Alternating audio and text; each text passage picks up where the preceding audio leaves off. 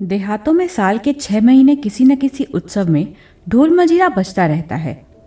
होली के 1 महीना पहले से 1 महीना बाद तक फाग उड़ती है। आषाढ़ लगते ही आल्हा शुरू हो जाता है और सावन भादों में कजलियां होती हैं। कजलियों के बाद रामायण गान होने लगता है। सेमरी भी अपवाद नहीं है। महाजन की धमकियां और कारिंदे की गोलियां इस समारोह में बाधा नहीं डाल सकती। घर में अनाज नहीं है, देह पर कपड़े नहीं हैं, गांठ में पैसे नहीं हैं, कोई परवाह नहीं। जीवन की आनंद वृत्ति तो दबाई नहीं जा सकती।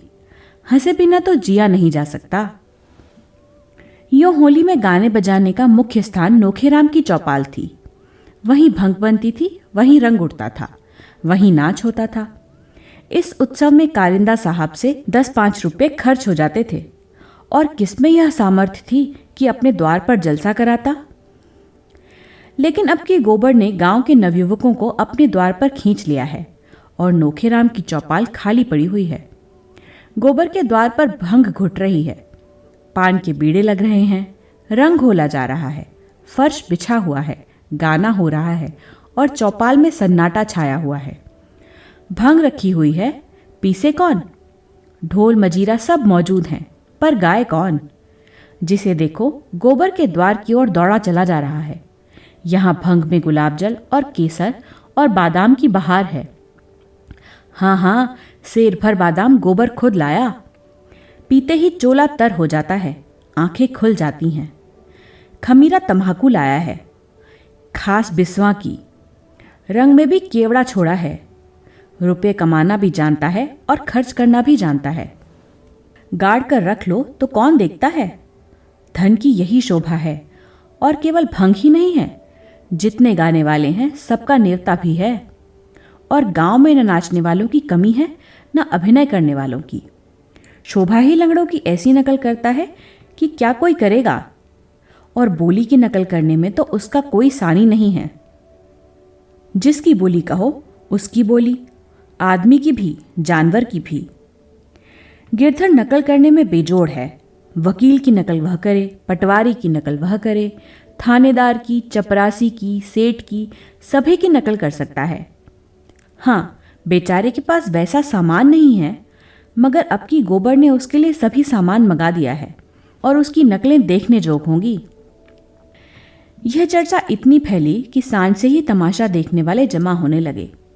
आसपास के गांवों से दर्शकों की टोलियां आने लगीं। 10 बजते बजते 3-4 हजार आदमी जमा हो गए। और जब गिरधर जिंगुरी सिंह का रूप भरे अपनी मंडली के साथ खड़ा हुआ तो लोगों को खड़े होने की जगह भी न मिलती थी। वही खलवाट सिर, वही बड़ी मूछें और वही तोंद। बैठे भोजन कर रहे हैं और पहली ठकुराइन बैठी पंखा झल रही है। ठाकुर ठकुराइन को रसिक नेत्रों से देख कर कहते हैं, अब भी तुम्हारे ऊपर वह जोबन है कि कोई जवान देख ले तो तड़प जाए। और ठकुराइन फूल कर कहती हैं, जबी तो नई नवी लीलाए। उसे तो लाया हूं तुम्हारी सेवा करने के लिए, वह तुम्हारी क्या बराबरी करेगी। छोटी बीबी यह वाक्य सुन लेती है और मुंह फुलाकर चली जाती है। दूसरे दृश्य में ठाकुर खाट पर लेटे हैं और छोटी बहू मुंह फेरे हुए जमीन पर बैठी है। ठाकुर बार बार उसका मुंह अपनी ओर फेरने की विफल चेष्टा करके कहते हैं, मुझसे क्यों रूठी हो मेरी लाडली। तुम्हारी लाडली जहां हो वहां जाओ, मैं तो लौंडी हूं, दूसरों की सेवा टहल करने के लिए आई हूं। तुम मेरी रानी हो, तुम्हारी सेवा टहल करने के लिए वह बुढ़िया है। पहली ठकुराइन सुन लेती है और झाड़ू लेकर घर में घुसती है और कई झाड़ू उन पर जमाती है। ठाकुर साहब जान बचाकर भागते हैं। फिर दूसरी नकल हुई जिसमें ठाकुर ने 10 रुपए का दस्तावेज लिखकर 5 रुपए दिए। शेष नजराने और तहरीर और दस्तूरी और ब्याज में काट लिए। किसान आकर ठाकुर के चरण पकड़कर रोने लगता है। बड़ी मुश्किल से ठाकुर रुपये देने पर राजी होते हैं। जब कागज लिख जाता है और असामी के हाथ में 5 रुपये रख दिए जाते हैं तो वह चकरा कर पूछता है, यह तो 5 ही है मालिक। 5 नहीं 10 हैं, घर जाकर गिनना। नहीं सरकार, 5 हैं। 1 रुपया नजराने का हुआ कि नहीं? हाँ सरकार। 1 तहरीर का? हाँ सरकार। 1 कागज का? हाँ सरकार। 1 दस्तूरी का? हाँ सरकार। 1 सूद का। हाँ सरकार। 5 नगद। 10 हुए कि नहीं? हाँ सरकार। अब यह 5 मेरी ओर से रख लीजिए। कैसा पागल है? नहीं सरकार, 1 रुपया छोटी ठकुराइन का नजराना है, 1 रुपया बड़ी ठकुराइन का, 1 रुपया ठकुराइन के पान खाने को, 1 बड़ी ठकुराइन के पान खाने को, बाकी बचा 1, वह आपकी करियाकरम के लिए। इसी तरह नोखेराम और पटेश्वरी और दातादीन की बारी बारी से सबकी खबर ली गई और फप्तियों में चाहे कोई नयापन न हो और नकलें पुरानी हों, लेकिन गिरधारी का ढंग ऐसा हास्यजनक था, दर्शक इतने सरल हृदय थे कि बेबात की बात में भी हंसते थे। रात भर भंडैती होती रही और सताए हुए दिल कल्पना में प्रतिशोध पाकर प्रसन्न होते रहे। आखिर नकल समाप्त हुई तो कौवे बोल रहे थे। सबेरा होते ही जिसे देखो उसी की जबान पर वही रात के गाने, वही नकल, वही फिक्रे। मुखिया तमाशा बन गए। जिधर निकलते हैं उधर ही 2-4 लड़के पीछे लग जाते हैं और वही फिक्रे कसते हैं। झिंगुरी सिंह तो दिल्लगी बाज आदमी थे, इसे दिल्लगी में लिया, मगर पटेश्वरी में चिढ़ने की बुरी आदत थी और पंडित दातादीन तो इतने तुनक मिजाज थे कि लड़ने पर तैयार हो जाते थे। वह सबसे सम्मान पाने के आदी थे। कारिंदा की तो बात ही क्या, राय साहब तक उन्हें देखते ही सिर झुका देते थे। उनकी ऐसी हंसी उड़ाई जाए और अपने ही गांव में, यह उनके लिए असहाय था। अगर उसमें ब्रह्मतेज होता तो इन दुष्टों को भस्म कर देते, ऐसा शाप देते कि सबके सब भस्म हो जाते। लेकिन इस कलयुग में शाप का असर ही जाता रहा, इसलिए उन्होंने कलयुग वाला हथियार निकाला। होरी के द्वार पर आए और आंखें निकाल कर बोले, क्या आज भी तुम काम करने ना चलोगे होरी? अब तो तुम अच्छे हो गए, मेरा कितना हरज हो गया, यह तुम नहीं सोचते? गोबर देर में सोया था, अभी अभी उठा था और आंखें मलता हुआ बाहर आ रहा था कि दातादीन की आवाज कान में पड़ी। पालागन करना तो दूर, उल्टे और हेकड़ी दिखाकर बोला, अब वह तुम्हारी मजूरी न करेंगे, हमें अपनी ऊख भी तो बोनी है। दातादीन ने सुरती फांकते हुए कहा, काम कैसे नहीं करेंगे? साल के बीच में काम नहीं छोड़ सकते। जेठ में छोड़ना हो छोड़ दें, करना हो करें, उसके पहले नहीं छोड़ सकते। गोबर ने जमाई लेकर कहा, उन्होंने तुम्हारी गुलामी नहीं लिखी है, जब तक इच्छा थी काम किया, अब नहीं इच्छा नहीं करेंगे, इसमें कोई जबरदस्ती नहीं कर सकता। तो होरी काम नहीं करेंगे ना? तो हमारे रुपये सूद समेत दे दो। 3 साल का सूद होता है 100 रुपया, असल मिलाकर 200 होते हैं। हमने समझा था 3 रुपये महीने सूद में कटते जाएंगे, लेकिन तुम्हारी इच्छा नहीं है तो मत करो, मेरे रुपये दे दो। धन्ना सेठ बनते हो तो धन्ना सेठ का काम करो। होरी ने दातादीन से कहा, तुम्हारी चाकरी से मैं कब इनकार करता हूं महाराज, लेकिन हमारी ऊख भी तो बोने को पड़ी है। गोबर ने बाप को डांटा, कैसी चाकरी और किसकी चाकरी? यहां कोई किसी का चाकर नहीं, सभी बराबर हैं। अच्छी दिल लगी है, किसी को 100 रुपये उधार दे दिए और उससे सूद में जिंदगी भर काम लेते रहे। मूल ज्यों का त्यों, यह महाजनी नहीं है, खून चूसना है। तो रुपये दे दो भैया, लड़ाई काहे की? मैं आने रुपये ब्याज लेता हूं, तुम्हें गांव घर का समझकर आधा आने रुपये पर दिया था। हम तो 1 रुपया सैकड़ा देंगे, 1 कौड़ी बेसी नहीं। तुम्हें लेना हो तो लो, नहीं अदालत से ले लेना। 1 रुपया सैकड़े ब्याज कम नहीं होता। मालूम होता है रुपये की गर्मी हो गई है। गर्मी उन्हें होती है जो 1 के 10 लेते हैं, हम तो मजूर हैं, हमारी गर्मी पसीने के रास्ते बह जाती है। मुझे खूब याद है तुमने बैल के लिए 30 रुपये दिए थे, उसके 100 हुए और अब 100 के 200 हो गए। इसी तरह तुम लोगों ने किसानों को लूट लूट कर मजूर बना डाला और आप उनकी जमीन के मालिक बन बैठे। 30 के 200, कुछ हद है। कितने दिन हुए होंगे दादा? होरी ने कातर कंठ से कहा, यही 8-9 साल हुए होंगे। गोबर ने छाती पर हाथ रखकर कहा, 9 साल में 30 के 200, 1 रुपये के हिसाब से कितना होता है? उसने जमीन पर एक ठीकरे से हिसाब लगाते हुए कहा, 10 साल में 36 रुपये होते हैं, असल मिलाकर 66। उसके 70 रुपये ले लो, इससे बेसी मैं 1 कौड़ी न दूंगा। दातादीन ने होरी को बीच में डालकर कहा, सुनते हो होरी, गोबर का फैसला। मैं अपने 200 छोड़कर 70 ले लूं? नहीं अदालत करूं? इस तरह का व्यवहार हुआ तो कै दिन संसार चलेगा? और तुम बैठे सुन रहे हो। मगर यह समझ लो, मैं ब्राह्मण हूं। मेरे रुपये हजम करके तुम चैन न पाओगे। मैंने ये 70 रुपये भी छोड़े, अदालत भी न जाऊंगा। जाओ। अगर मैं ब्राह्मण हूं तो पूरे 200 रुपये लेकर दिखा दूंगा और तुम मेरे द्वार पर आओगे और हाथ बांध कर दोगे। दाता दीन झल्लाए हुए लौट पड़े। गोबर अपनी जगह बैठा रहा, मगर होरी के पेट में धर्म की क्रांति मची हुई थी। अगर ठाकुर या बनिए के रुपये होते तो उसे ज्यादा चिंता न होती, लेकिन ब्राह्मण के रुपये? उसकी एक पाई भी दब गई तो हड्डी तोड़कर निकलेगी। भगवान न करें कि ब्राह्मण का कोप किसी पर गिरे। बंस में कोई चुल्लू भर पानी देने वाला, घर में दिया जलाने वाला भी नहीं रहता। उसका धर्म भीरू मन त्रस्त हो उठा। उसने दौड़कर पंडित जी के चरण पकड़ लिए और आर्त स्वर में बोला, महाराज, जब तक मैं जीता हूं तुम्हारी एक एक पाई चुकाऊंगा। लड़के की बातों पर मत जाओ। मामला तो हमारे तुम्हारे बीच में हुआ है, वह कौन होता है? दाता दीन जरा नरम पड़े। जरा इसकी जबरदस्ती देखो। कहता है 200 के 70 लो या अदालत जाओ। अभी अदालत की हवा नहीं खाई है। जब ही एक बार किसी के पाले पड़ जाएं तो फिर यह ताव न रहेगा। 4 दिन शहर में क्या रहे, तानाशाह हो गए। मैं तो कहता हूं महाराज, मैं तुम्हारी एक एक पाई चुकाऊंगा। तो कल से हमारे यहां काम करने आना पड़ेगा। अपनी ऊख बोना है महाराज, नहीं तुम्हारा ही काम करता। दाता दीन चले गए तो गोबर ने तिरस्कार की आंखों से देखकर कहा, गए थे देवता को मनाने, तुम ही लोगों ने तो इन सब का मिजाज बिगाड़ दिया है। 30 रुपये दिए, अब 200 रुपये लेगा और डांट ऊपर से बताएगा और तुमसे मजूरी कराएगा और काम कराते कराते मार डालेगा। होरी ने अपने विचार में सत्य का पक्ष लेकर कहा, नीति हाथ से न छोड़ना चाहिए बेटा। अपनी अपनी करनी अपने साथ है। हमने जिस ब्याज पर रुपये लिए वह तो देने ही पड़ेंगे। फिर ब्राह्मण ठहरे, इनका पैसा हमें पचेगा? ऐसा माल तो इन्हीं लोगों को पचता है।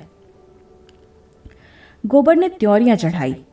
नीति छोड़ने को कौन कह रहा है? और कौन कह रहा है कि ब्राह्मण का पैसा दबा लो? मैं तो यह कहता हूं कि इतना सूद नहीं देंगे। बैंक वाले 12 आने सूद लेते हैं, तुम 1 रुपया ले लो। और क्या किसी को लूट लोगे? उनका रोया जो दुखी होगा हुआ करे। उनके दुखी होने के डर से हम बिल क्यों खो दें? बेटा, जब तक मैं जीता हूं मुझे अपने रास्ते चलने दो। जब मैं मर जाऊं तो तुम्हारी जो इच्छा हो वह करना। तो फिर तुम ही देना। मैं तो अपने हाथों अपने पाँव में कुल्हाड़ी न मारूंगा। मेरा गधापन था कि तुम्हारे बीच में बोला। तुमने खाया है तुम भरो, मैं क्यों अपनी जान दूं? यह कहता हुआ गोबर भीतर चला गया।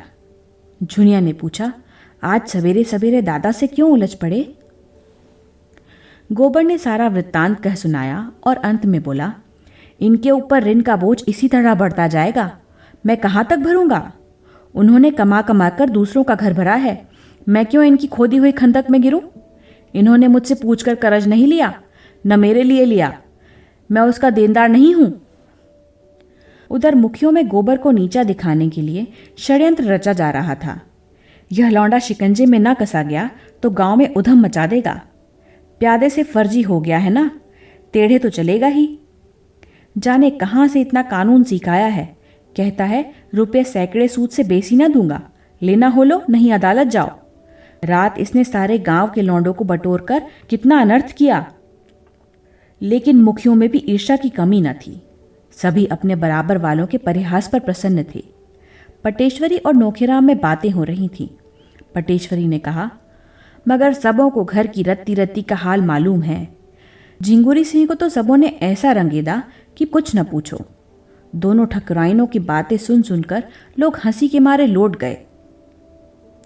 नोखेराम ने ठट्टा मारकर कहा, मगर नकल सच्ची थी। मैंने कई बार उनकी छोटी बेगम को द्वार पर खड़े लौंडों से हंसी करते देखा है। और बड़ी रानी काजल और सिंदूर और महावर लगाकर जवान बनी रहती है। दोनों में रात दिन छिड़ी रहती है। झिंगुरी पक्का बेहया है, कोई दूसरा होता तो पागल हो जाता। सुना तुम्हारी बड़ी भद्दी नकल की, चमरिया के घर में बंद करके पिटवाया। मैं तो बचा पर बकाया लगान का दावा करके ठीक कर दूंगा। वह भी क्या याद रखेंगे कि किसी से पाला पड़ा था। लगान तो उसने चुका दिया है ना, लेकिन रसीद तो मैंने नहीं दी। सबूत क्या है कि लगान चुका दिया? और यहाँ कौन हिसाब किताब देखता है? आज ही प्यादा भेजकर बुलाता हूँ। होरी और गोबर दोनों ऊख बोने के लिए खेत सींच रहे थे। अब की ऊख की खेती होने की आशा तो थी नहीं, इसलिए खेत परती पड़ा हुआ था। अब बैल आ गए हैं तो ऊख क्यों न बोई जाए। मगर दोनों जैसे 36 बने हुए थे, न बोलते थे न ताकते थे। होरी बैलों को हाँक रहा था और गोबर मोट ले रहा था। सोना और रूपा दोनों खेत में पानी दौड़ा रही थी कि उनमें झगड़ा हो गया। विवाद का विषय यह था कि झिंगुरी सी की छोटी ठकुराइन पहले खुद खाकर पति को खिलाती है या पति को खिलाकर तब खुद खाती है। सोना कहती थी पहले वह खुद खाती है। रूपा का मत इसके प्रतिकूल था। रूपा ने जिरह की, अगर वह पहले खाती है तो क्यों मोटी नहीं है? ठाकुर क्यों मोटे हैं? अगर ठाकुर उन पर गिर पड़े तो ठकुराइन पिस जाएं। सोना ने प्रतिवाद किया, तू समझती है अच्छा खाने से लोग मोटे हो जाते हैं? अच्छा खाने से लोग बलवान होते हैं, मोटे नहीं होते। मोटे होते हैं घास पात खाने से। तो ठकुराइन ठाकुर से बलवान है और क्या। अभी उस दिन दोनों में लड़ाई हुई तो ठाकुराइन ने ठाकुर को ऐसा ढकेला कि उनके घुटने फूट गए। तो तू भी पहले आप खाकर तब जीजा को खिलाएगी और क्या। अम्मा तो पहले दादा को खिलाती हैं, तभी तो जब देखो तब दादा डांट देते हैं। मैं बलवान होकर अपने मर्द को काबू में रखूंगी। तेरा मर्द तुझे पीटेगा, तेरी हड्डी तोड़कर रख देगा। रूपा रुआसी होकर बोली, क्यों पीटेगा? मैं मार खाने का काम ही ना करूंगी। वह कुछ न सुनेगा। तूने जरा भी कुछ कहा और वह मार चलेगा। मारते मारते तेरी खाल उधेड़ देगा। रूपा ने बिगड़कर सोना की साड़ी दांतों से फाड़ने की चेष्टा की और असफल होने पर चुटकियां काटने लगी। सोना ने और चढ़ाया, वह तेरी नाक भी काट लेगा। इस पर रूपा ने बहन को दांत से काट खाया। सोना की बांह लहुआ गई। उसने रूपा को जोर से ढकेल दिया। वह गिर पड़ी और उठकर रोने लगी। सोना भी दांतों के निशान देखकर रो पड़ी। उन दोनों का चिल्लाना सुनकर गोबर गुस्से से भरा हुआ आया और दोनों को दो दो घूंसे जड़ दिए। दोनों रोती हुई निकलकर चल दी। सिंचाई का काम रुक गया। इस पर पिता पुत्र में एक झड़प हो गई। होरी ने पूछा, पानी कौन चलाएगा? दौड़े दौड़े गए, दोनों को भगाए। अब जाकर मना क्यों नहीं लाते? तुम्ही ने इन सबों को बिगाड़ रखा है। इस तरह मारने से और निर्लज्ज हो जाएंगी। 2 जून खाना बंद कर दो, आप ठीक हो जाएंगी। मैं उनका बाप हूं, कसाई नहीं हूं। पाँव में एक बार ठोकर लग जाने के बाद किसी कारण से बार बार ठोकर लगती है और कभी कभी अंगूठा पक जाता है और महीनों कष्ट देता है। पिता और पुत्र के सद्भाव को आज उसी तरह की चोट लग गई थी और उस पर यह तीसरी चोट पड़ी। गोबर ने घर जाकर झुनिया को खेत में पानी देने के लिए साथ लिया। झुनिया बच्चे को लेकर खेत में आ गई। धनिया और उसकी दोनों बेटियां बैठी ताकती रहीं। माँ को भी गोबर की यह उद्दंडता बुरी लगती थी। रूपा को मारता तो वह बुरा ना मानती, मगर जवान लड़की को मारना यह उसके लिए असहाय था। आज ही रात को गोबर ने लखनऊ लौट जाने का निश्चय कर लिया। यह अब वह नहीं रह सकता। जब घर में उसकी कोई पूछ नहीं है तो वह क्यों रहे? वह लेन देन के मामले में बोल नहीं सकता। लड़कियों को जरा मार दिया तो लोग ऐसे जामे के बाहर हो गए मानो वह बाहर का आदमी है। तो इस सराय में वह न रहेगा।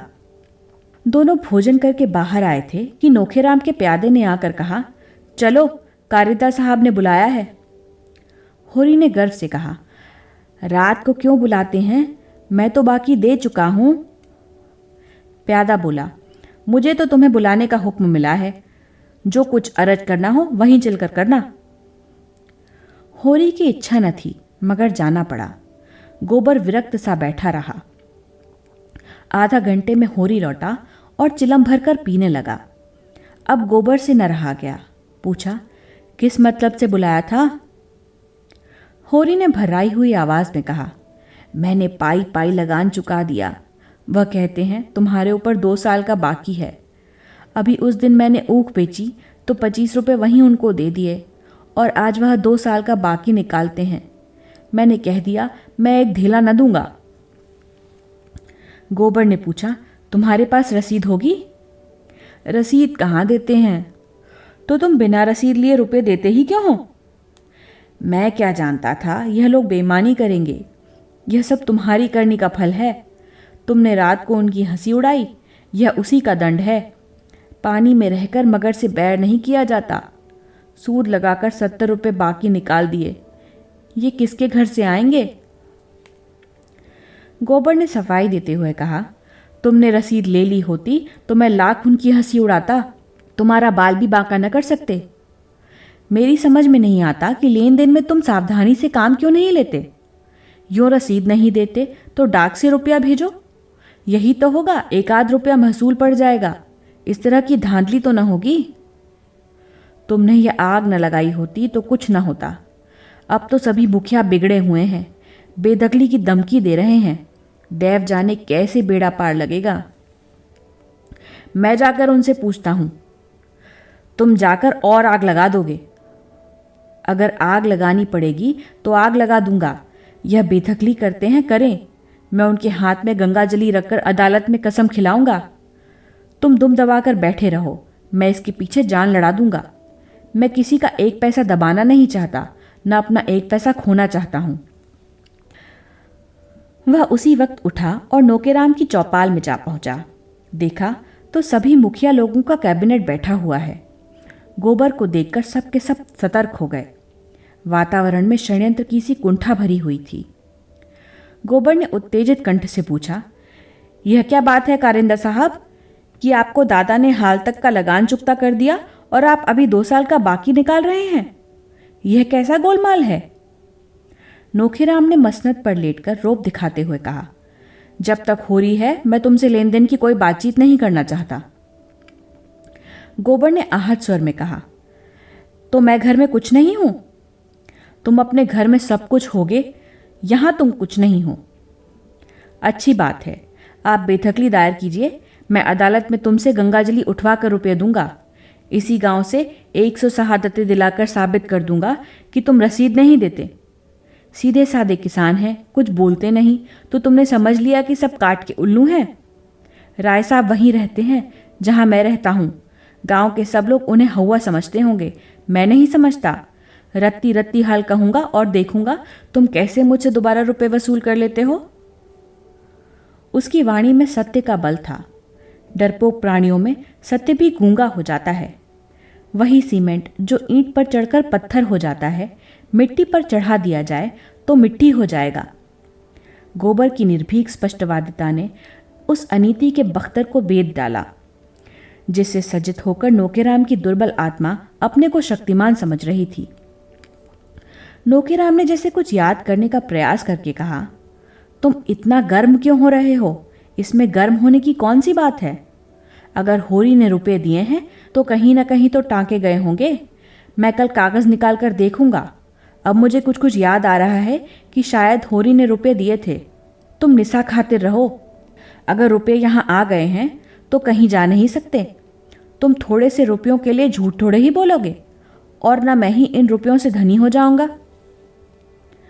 गोबर ने चौपाल से आकर होरी को ऐसा लथड़ा कि बेचारा स्वार्थ भीरू बूढ़ा रुआंसा हो गया। तुम तो बच्चों से भी गए बीते हो, जो बिल्ली की म्याऊं सुनकर चिल्ला उठते हैं। कहाँ कहाँ तुम्हारी रक्षा करता फिरूंगा। मैं तुम्हें 70 रुपये दिए जाता हूँ। दाता दीन ले तो देकर भरपाई लिखा देना। इसके ऊपर तुमने 1 पैसा भी दिया तो फिर मुझसे 1 पैसा भी न पाओगे। मैं परदेश में इसलिए नहीं पड़ा हूँ कि तुम अपने को लुटवाते रहो और मैं कमा कमा कर भरता रहूँ। मैं कल चला जाऊँगा, लेकिन इतना कह देता हूँ, किसी से 1 पैसा उधार मत लेना और किसी को कुछ मत देना। मंगरू, दुलारी, दाता दीन सभी से 1 रुपया सैकड़ा सूद कराना होगा। धनिया भी खाना खाकर बाहर निकल आई थी। बोली, अभी क्यों जाते हो बेटा? 2-4 दिन और रहकर ऊख की बोनी करा लो और कुछ लेन देन का हिसाब भी ठीक कर लो तो जाना। गोबर ने शान जमाते हुए कहा, मेरा 2-3 रुपये रोज का घाटा हो रहा है, यह भी समझती हो। यहाँ मैं बहुत बहुत 2-4 आने की मजूरी ही तो करता हूँ, और अब की मैं झुनिया को भी लेता जाऊँगा। वहाँ मुझे खाने पीने की बड़ी तकलीफ होती है। धनिया ने डरते डरते कहा, जैसे तुम्हारी इच्छा, लेकिन वहाँ वह कैसे अकेले घर संभालेगी, कैसे बच्चे की देखभाल करेगी? अब बच्चे को देखूं कि अपना सुभीता देखूं? मुझसे चूल्हा नहीं फूका जाता। ले जाने को मैं नहीं रोकती, लेकिन परदेश में बाल बच्चों के साथ रहना, न कोई आगे न पीछे, सोचो कितना झंझट है। परदेश में संगी साथी निकल ही आते हैं अम्मा, और यह तो स्वार्थ का संसार है। जिसके साथ 4 पैसे का गम खाओ वही अपना, खाली हाथ तो माँ बाप भी नहीं पूछते। धनिया कटाक्ष समझ गई। उसके सिर से पांव तक आग लग गई।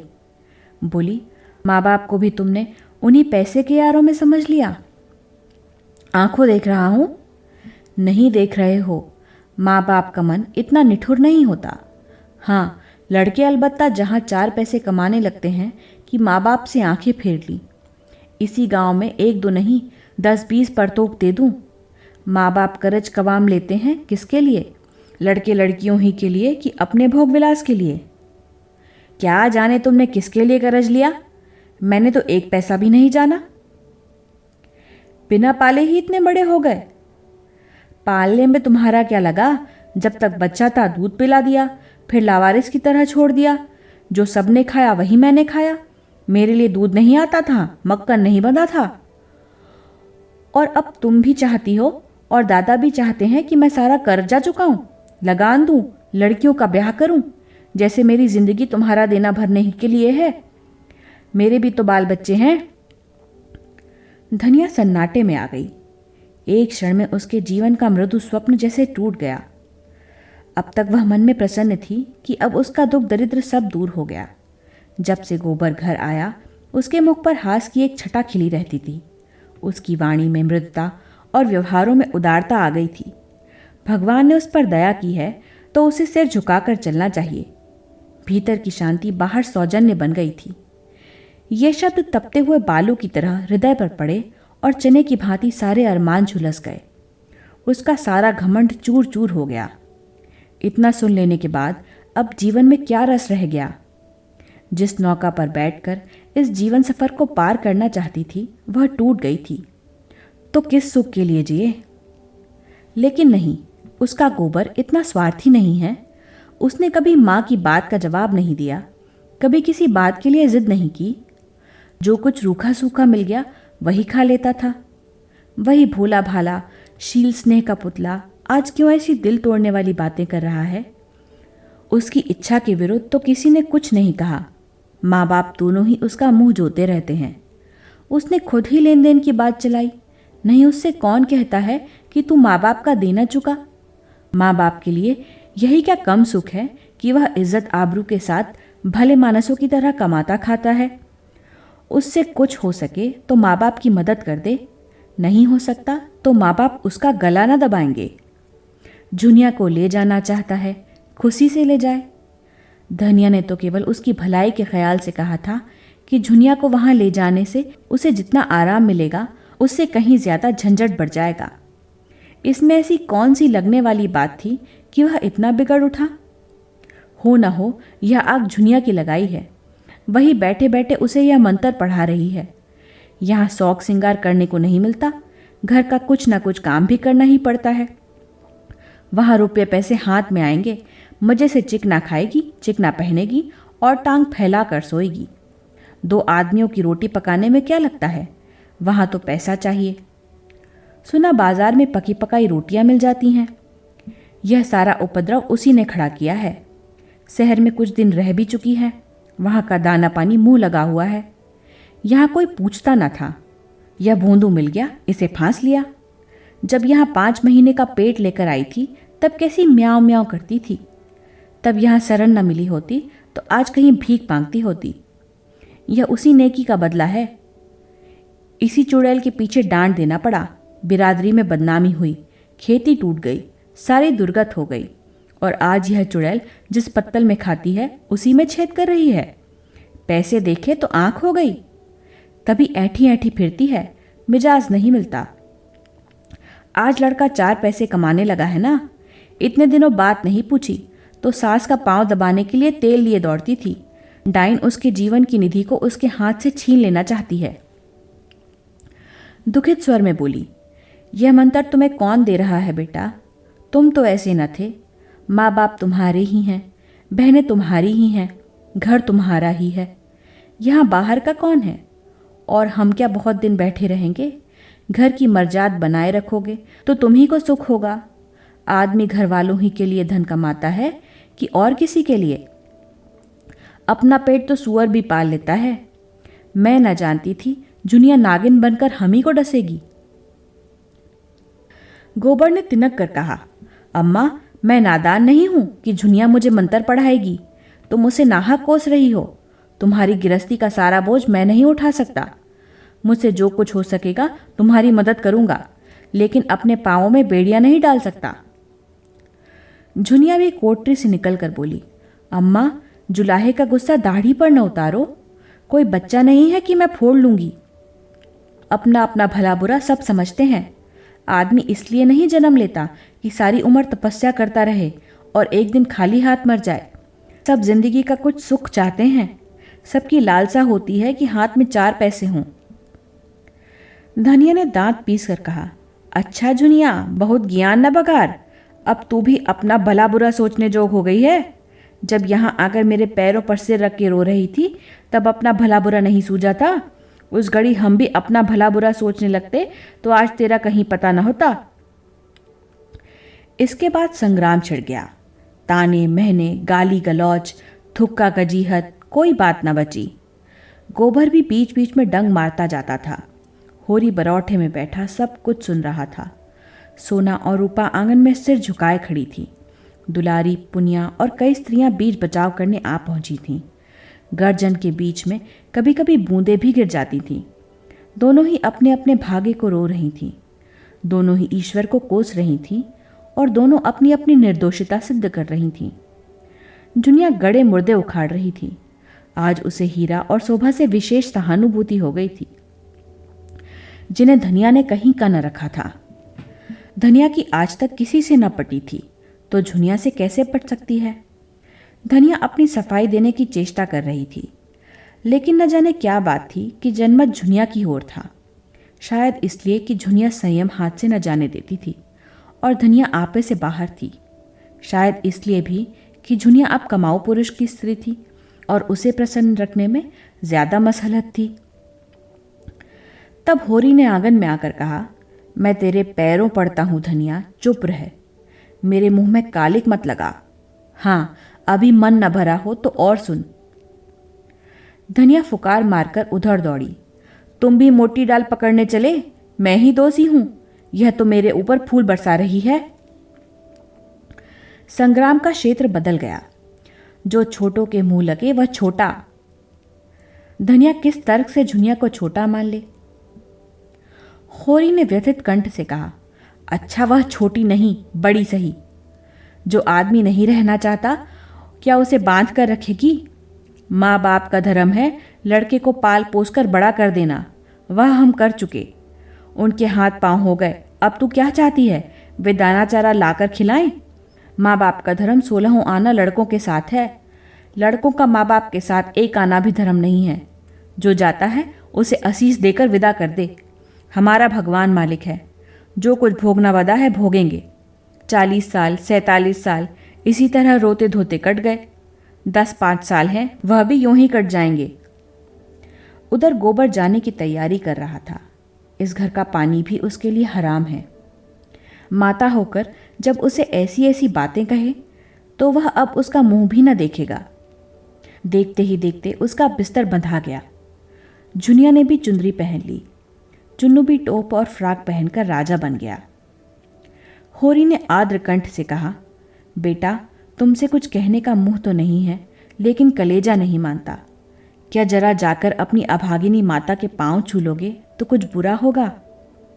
जिस माता की कोख से जन्म लिया और जिसका रकत पी कर पले हो, उसके साथ इतना भी नहीं कर सकते? गोबर ने मुंह फेर कर कहा, मैं उसे अपनी माता नहीं समझता। होरी ने आंखों में आंसू लाकर कहा, जैसी तुम्हारी इच्छा, जहां रहो सुखी रहो। झुनिया ने सास के पास जाकर उसके चरणों को आंचल से छुआ। धनिया के मुंह से आशीष का एक शब्द भी न निकला। उसने आंखें उठाकर देखा भी नहीं। गोबर बालक को गोद में लिए आगे आगे था, जुनिया बिस्तर बगल में दबाए पीछे। एक चमार कलर का संदूक लिए था। गांव के कई स्त्री पुरुष गोबर को पहुंचाने गांव के बाहर तक आए और धनिया बैठी रो रही थी, जैसे कोई उसके हृदय को आरे से चीर रहा हो। उसका मातृत्व उस घर के समान हो रहा था जिसमें आग लग गई हो और सब कुछ भस्म हो गया हो। बैठकर रोने के लिए स्थान भी न बचा हो।